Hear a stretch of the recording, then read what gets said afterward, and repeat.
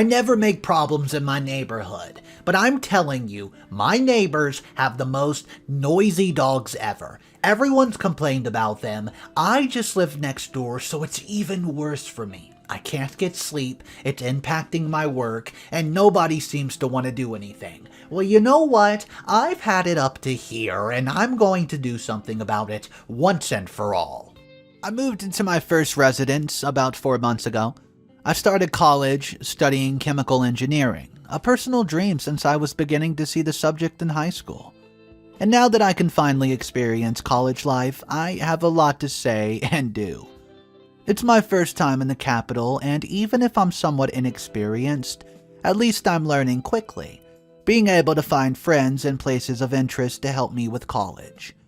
I managed to get this residency through an internet ad, and although I tried to look for a reference nearby, I didn't find any. As I said, I don't know anyone in the area.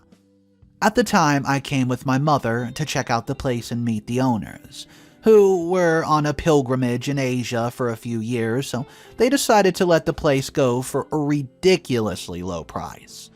An opportunity that I wasn't going to pass up. At first, I managed to settle in quite well. The place is a 2-bedroom annex, a built-in kitchen, and a bathroom, and while it's a bit out of the way from college, there's a bus route that runs every day and helps me get there on time. However, not everything shines up, as there's been a slight inconvenience since I arrived. The neighbors' dogs. The next-door neighbors, a couple in their 40s with their son, have several dogs in their yard. I think there are about 7 or 8 dogs, a number that seems exaggerated to me, and even more so when you notice that they don't live in the best possible conditions. I've had some bitter encounters with them, even though we get along well at first, until the dogs started to make my life impossible. I'm talking about from a certain time at night. They would just start barking insistently, alerting the other dogs on the block, and start a series of chaining events of infernal howling that let me almost have no sleep. Or, well, at least not me, since I haven't heard the first neighbor complain about it. I really can't describe how annoying the dogs are. And to top it off, if one of the conversations I managed to hear from the couple, not that I'm gossipy, I'm just that my bedroom window faces their backyard, so I can easily hear them. The lady, Greta, was saying on the phone that she would be more than willing to adopt another puppy if their situation was, quote, as serious as it sounded on the call. I think people's goodwill is excellent, and if they decide to adopt a stray animal to give them a home, fine, but not at the expense of my sleep. I don't know if I sound a bit harsh or selfish, and I understand perfectly well that they're living here long before me, but for goodness sake, no one can live peacefully with so much commotion going on. Usually, the dogs just keep chasing each other, and when one takes a break from playing, the other one just catches up and continues. A couple of them are Siberian Huskies, so you can get an idea of how annoying they can be. Unfortunately, that point was never touched upon when I first spoke to the rental owners, and now it's too late to back out. I expressed the problem to my roommates and my parents, and the most obvious response of all, "Why don't you just move out?" The truth is that, besides the neighbors, the residence is actually a good area, out of the way and safe. And it's the cheapest I can get for now. I'm trying to look for a part-time job. That way I can generate just a little more income and spend more time outside. In that case, I might consider saving for a new residence, but for now, studies are indeed my main goal. It's just not easy, and now if you excuse me, the nightly serenade is about to begin. I'd better get my homework done as soon as possible and then lock myself in my room with windows and curtains down. I apologize if I'm late with any updates, as I must focus 100% on college. What's up everybody, Mr. Reddito here. So it seems like the first update actually did not come out for a long time. Most people were thinking in the comment section that OP probably moved away or is just really focused on college. But oh boy, OP decides to come back with this update. Guys, here it is, update number 1. Geez, it's been so long since I first wrote. It's almost the end of the year now, and I can finally have the vacation I've wanted for months.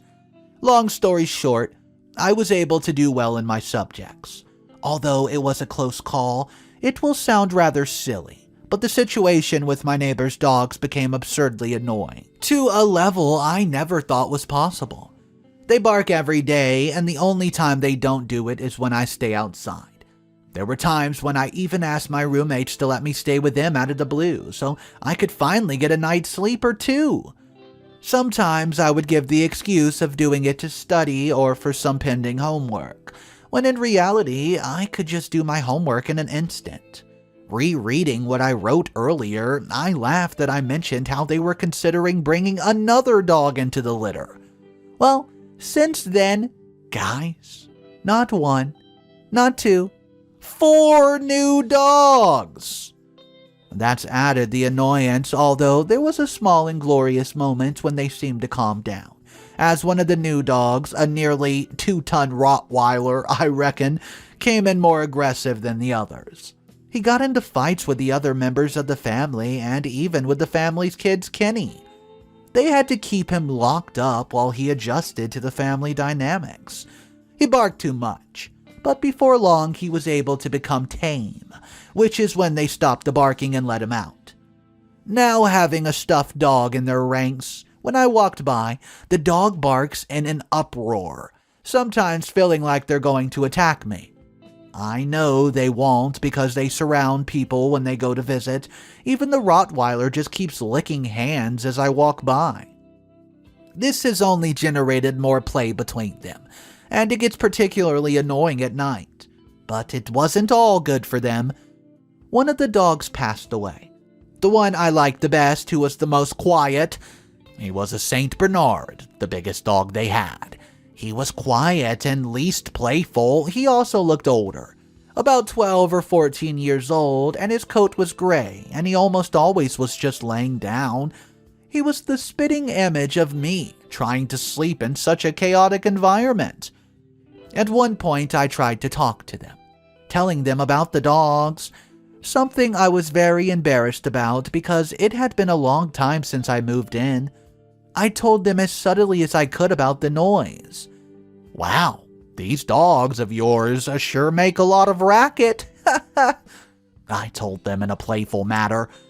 The Father Arnold said to me, "Yeah, I'd always taken care of dogs since I was a kid, and my wife was a rescuer, so we like the environment. We're trying to instill in our son that same sense of responsibility and respect for animals.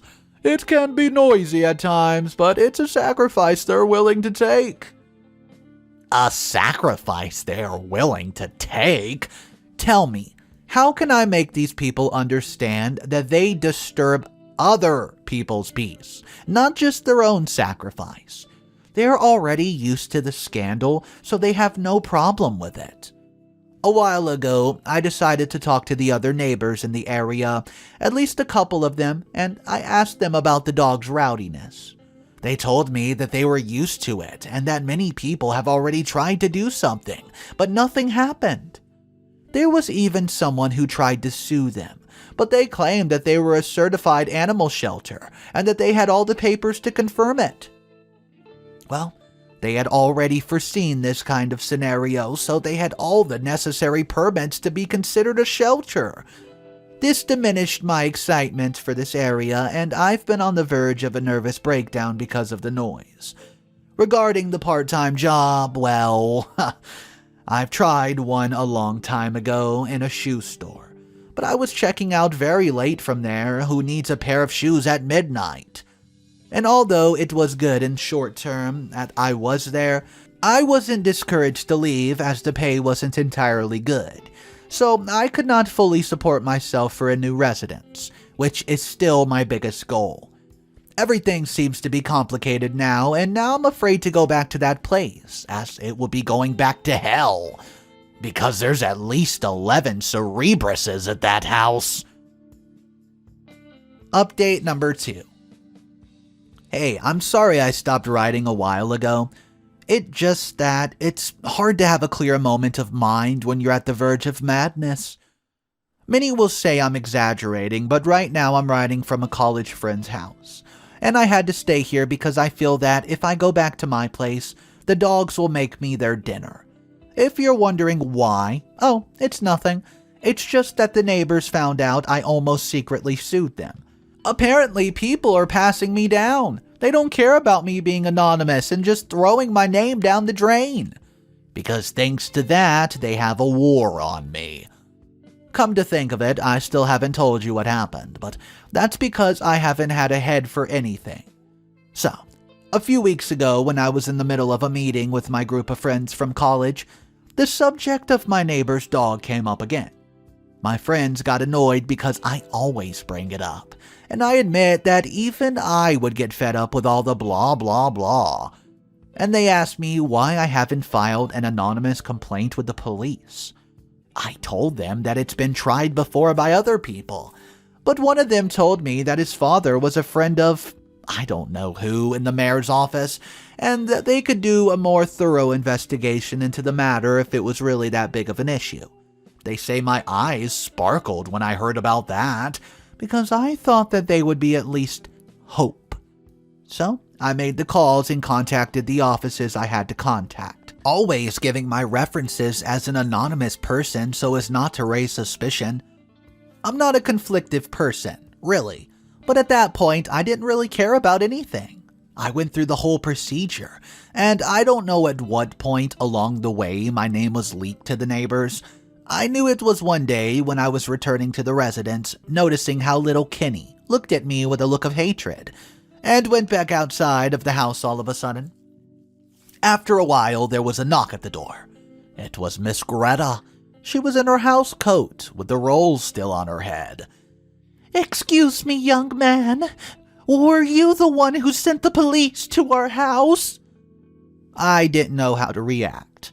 My first thought was to panic, and had they visited them that day?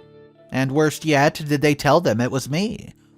At first I wanted and was going to deny everything, but sooner rather than later, the lady jumped on me and said, "I'll tell you how it is. We love our dogs very much, and we do them a favor by giving them food and shelter, and many of them have more time here than you do. So we suggest you stay calm.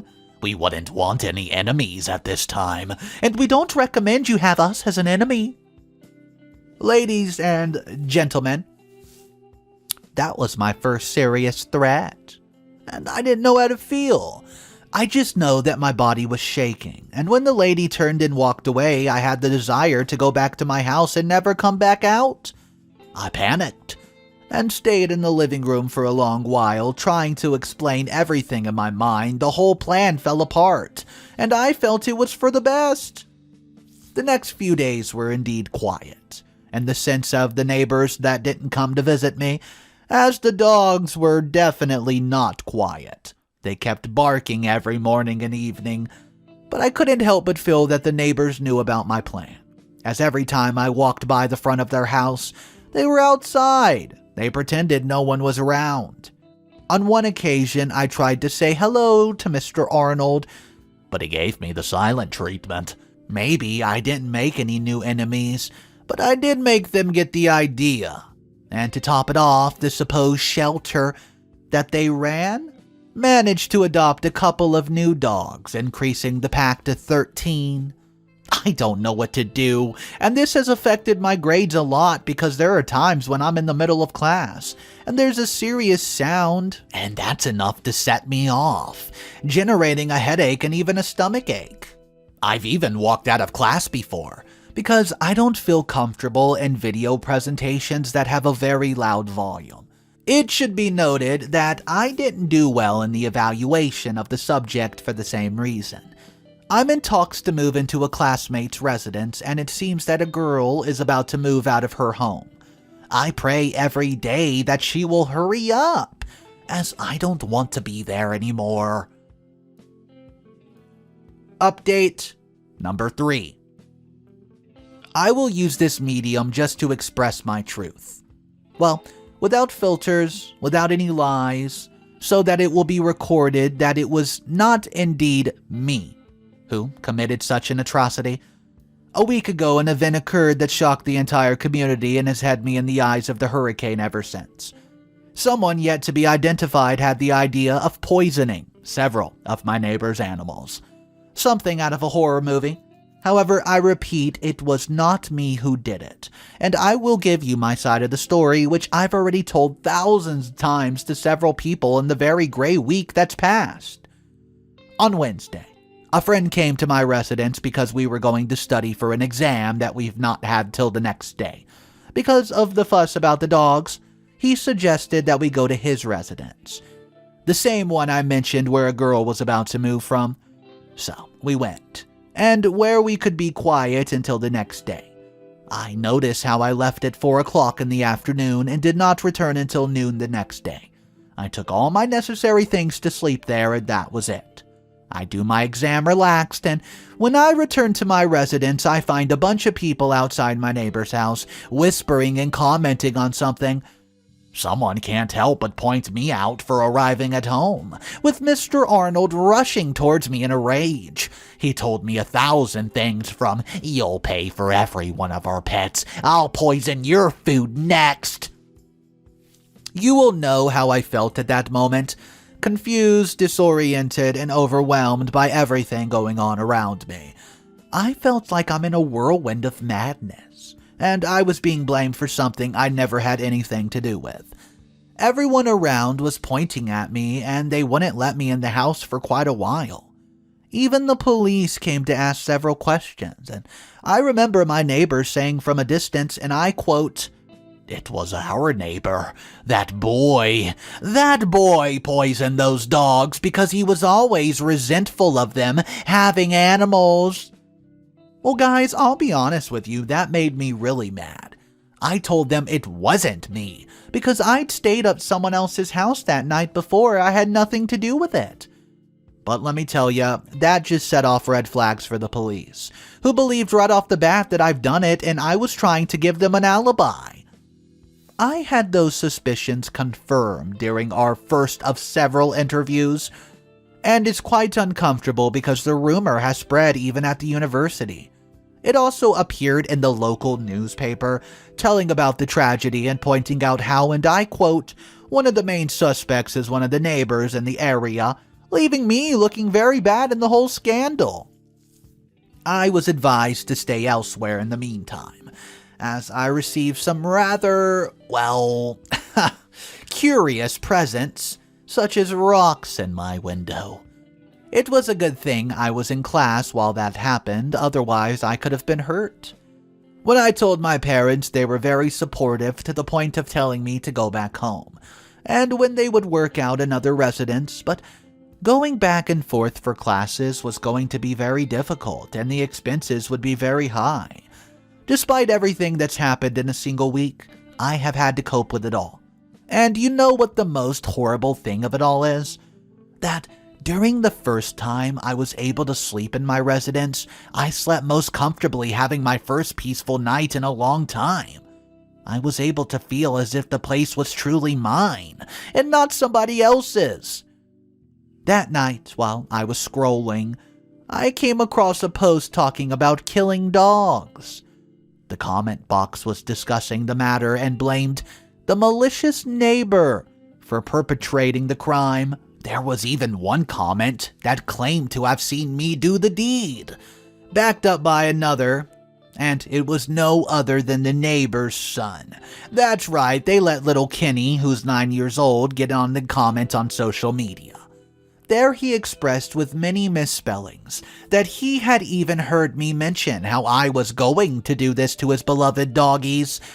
If I could, I would sue that little rat for false testimony and the parents for letting their kid use social media at such a young age. But of course, the victim here is someone else. And no matter what, the result is the same. I may complain a lot, and in some ways benefit from the issue, but I'll be honest with you. I die first rather than rejoice at the death of a pet.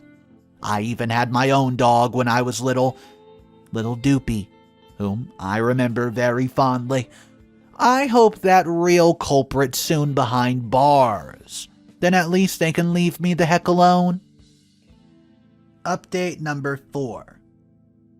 It's been about a week and a half since the dog's deal happened, and my neighbors already have adopted 3 more puppies.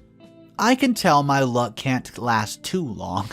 Now they look at me suspiciously from a distance as if to tell me that I won't be able to take these to the grave. It feels horrible to be in my position, to be honest. Something out of a movie happened, or at least that's how I see it, and I still can't believe it. Well, my father came to the residence, talked to Mr. Arnold, and, well, they got physical. Yeah, I'm serious. Like the Stallone movies Rocky. When my father came back, he told me to get all my stuff, because we were going to leave this place. I won't tell you too much details because I was in the residence while he talked to Mr. Arnold, but if my father came with a black eye, and Mr. Arnold's now walking around with bandages all over his arm, it's because something must have happened. My mother, she won't comment on it, and she didn't even try to talk to Miss Greta.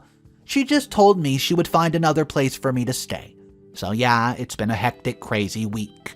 And I've been very embarrassed in the process, but thank goodness the dogs did not intervene in the matter. Even though they're puppies, having seen their owner being attacked would have given them a very strong shock.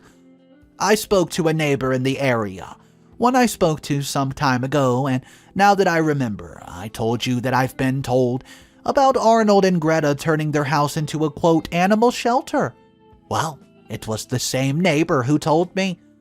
He and I were talking, and surprisingly, he believes my side of the story, because the day I went to my friend's, he saw perfectly well that I was leaving the residence and that I didn't return until the day after. When I asked him about why he hadn't commented earlier, he told me that he tried, and at the time that he tried to appeal to the neighbors, he told them, and I quote, "He's a good boy who would not hurt a fly. And even if he's tired of all that racket they had with the dogs, I don't think he would have done something like that." So, I asked him to accompany me to the police station, giving them his side of the story so they could stop framing me. But he said it would be useless, and when I asked him why, he told me that they didn't believe that I hadn't done it. He used to frequent the same bar as Mr. Arnold, and in the middle of a drunken binge, Arnold told him that maybe it wasn't I who killed the dogs. That I look like a decent person, but they were so upset about it that they didn't think twice about it. Besides, the scenario lent itself to me being the culprit, which gave me a reason to be suspicious. It was his wife who was poisoning his head by telling him that I was the culprit, and I hadn't given him a good feeling about it from the beginning. I spent a couple nights at the house, but I had to go back to the residence to look for some items. When I returned, I found something terrible. My place had been vandalized. This time it wasn't just a rock, but spray paint, and it scared me when I noticed how the door was unlocked, and I'd left it securely bolted before I left.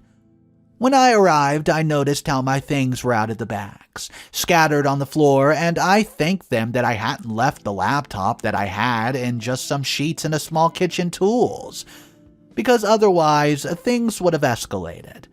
I would have been angry. When I asked if anyone had seen anything, as a rare thing, nobody answered. My neighbor that was my ally, said he hadn't noticed anything either, as if he was traveling those days too. Well, I told the police nearby, but none of them seemed to even give much thought, saying, "Bah, you're just the dog killer. I'm sure he had it coming." I felt they were saying things like this behind my back, so I did the proper care, just to get out of there and go home. I had to talk to a couple friends into staying at their residences. A rather annoying experience, as I had to convince the owners of the residences that I had not been the culprit in the whole thing. Right now, I'm riding on a mat, somewhat uncomfortably in my colleague's room, while he went out partying. I'm alone in his room with no one else, and I feel bad about everything that's going on. I tried to contact the owners of the old residence, but they won't answer my message that I won't be paying rent anymore. I guess leaving me in the place was more of a favor to them, thinking that now putting up with those annoying neighbors was someone else's business. If that's the case, then it will make me want to cry, because I think I've wasted 1.5 years of my life in this precarious situation without being unable to make up for the lost time. Update number 5. Final update posted by OP. Animal abuse is never justifiable, not even in a position like the one I'm in. People make mistakes with or without malice, and this case is one of the strongest that's ever happened to me in my entire life, as it involves both sides. My class colleague, whose name I won't reveal, had a part in the poisoning of my neighbor's dog, something I still can't believe. I'll tell you how I found it out. During a college party at another classmate's house, we were just coming out of the evaluation, so we deserved a good celebration. This guy had a few too many drinks and told me not to thank him for solving the dog problem. I admit I was a little drunk too, but when I heard the word dogs, it sounded like I'd been given a cold bath. I played along, asking him more about it. Quote, "Remember when we stayed up at my house that day? Well, I left a little treat for those dogs, and it served surprisingly well."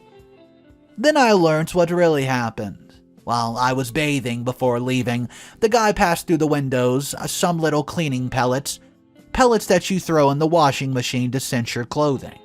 They were very small and very potent. His mother had bought them up from abroad. According to him, he left 3 pellets by my window. As I said before, my bedroom window overlooks the neighbor's yard, hoping to poison some of the dogs that got them and pass them off as a reward kibble. Still, he said that he missed that target out of panic, dropping them in a bad spot. However, that ended up much worse. Little Kenny found the pellets and thought that they were some kind of toy, playing with them in the yard. We have a theory that he left the place and the pellets fell into a puddle of water, where the dogs drank it as it smelled good.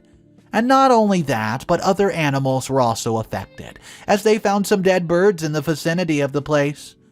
All because of this huge high concentration of chemical in the water, which made their mouth start to foam. I'll be honest with you guys, it was a very gruesome scene. And there's a theory that if Kenny had left the pellets under the window, the dogs would not have gotten them. But it was him who took it to the animals. So you could say it was a joint operation with and without guilt. The day after the party, I confronted my friend along with other classmates, and although he resisted at first, his excuse was that I was very annoying, always talking about the same subject, and since I wasn't going to do anything about it, he would do it before I moved out, to teach my neighbors a good lesson. Then we made him understand his mistake, and that confessing it at the police station, although it was difficult, was the right thing to do. So after that, they called my neighbors to tell them the truth. And although everything was already cleared up, they never apologized to me. Perhaps because they thought that since it was my friend, I definitely had something to do with it. I mean, they did punish their little son Kenny, though. Because if it hadn't been for him, maybe the dogs would have had a chance to survive. The little boy cried his little eyes out and apologized to his parents. He told them he wasn't going to play with the puppies anymore. It was a heartbreaking scene, to be honest, but they told him it was just a mistake. My colleague is now facing a somewhat heavy sentence for attempted animal cruelty, but lowered by the interference of an outside agent. I admit that things have been confusing since then, as it's a lot all at once to handle and take in. Leaving the dorm and moving into the new one, all the media shock being given to the whole thing and the return to classes, it's just too much for one person. However, I managed to distract myself a little with the job I took for the vacations. It's in a small but very popular ice cream shop, which gives me a payment that makes me feel ease in my new residence. The new landlords like me a lot, saying they prefer me to the previous tenants. Well, I'm flattered, although it makes me feel a little bad about my former colleague. However, I must get away from all those troubling news to finally have what I always wanted from the beginning. Peace. I feel like I'll do better in college now, with enough time to finally organize my schedule. The truth is that I haven't gone back to the area of my old residence, and when I'm asked if I know of any place to rent, I always avoid mentioning that place. I don't want to do anything to anybody that has to do with the evilness of something there. I suppose at this point the pack of dogs will be vast again. But for my part, if anything, I'm considering adopting a cat. They're less noisy and a little neater. I wouldn't mind going around with some fur on my clothes from time to time. Okay guys, so this situation to be in would just be so obnoxious and crazy. I can't even imagine if I was living next door to that many animals and I was trying to focus and do stuff. It would be so hard. There were a couple comments that seemed to get a lot of attention. So let's read those two comments, and then there was a genuine consensus of what everybody would do if they were in OP's position. Here is comment number 1 that states, "Hey, not the a-hole. You have every right to be upset about the constant noise coming from your neighbor's dogs. It's perfectly reasonable to expect a certain level of peace and quiet, especially during the nighttime when you're actually trying to sleep. The neighbors have taken the responsibility of caring for all these dogs. It's their duty to ensure that they're not only causing a disturbance to others in the neighborhood, they may see it as a, quote, sacrifice they're willing to take, but they should also consider the impact of other neighbors." So that's comment number 1, who doesn't really speak about the poisoning, but says, hey, I think that the homeowners need to be responsible for this. Comment number 2 is complete opposite. It's saying OP is the a-hole, but they do say gently. While it's understandable that the noise from the dog is simply frustrating, it's important to remember that the neighbors, well, they were there before you moved in. They have a passion for rescuing and caring for animals, and they've gone through all the necessary legal steps to be considered a certified animal shelter. It seems like they're doing this just the best they can to provide a home for these animals.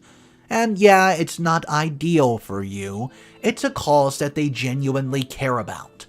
Additionally, you mentioned that you chose to live in this residence because of the low price. So it's possible that you're experiencing some of the downsides that come with a more affordable housing, right? So that's the two sides of the coin, guys, and one of the other commenter kinda sums it up and says, well, what I would do in this given situation, given all the neighbors are a certified animal shelter, and all the other neighbors around have already tried to address the noise issue without success, it seems unlikely that the situation will ever change.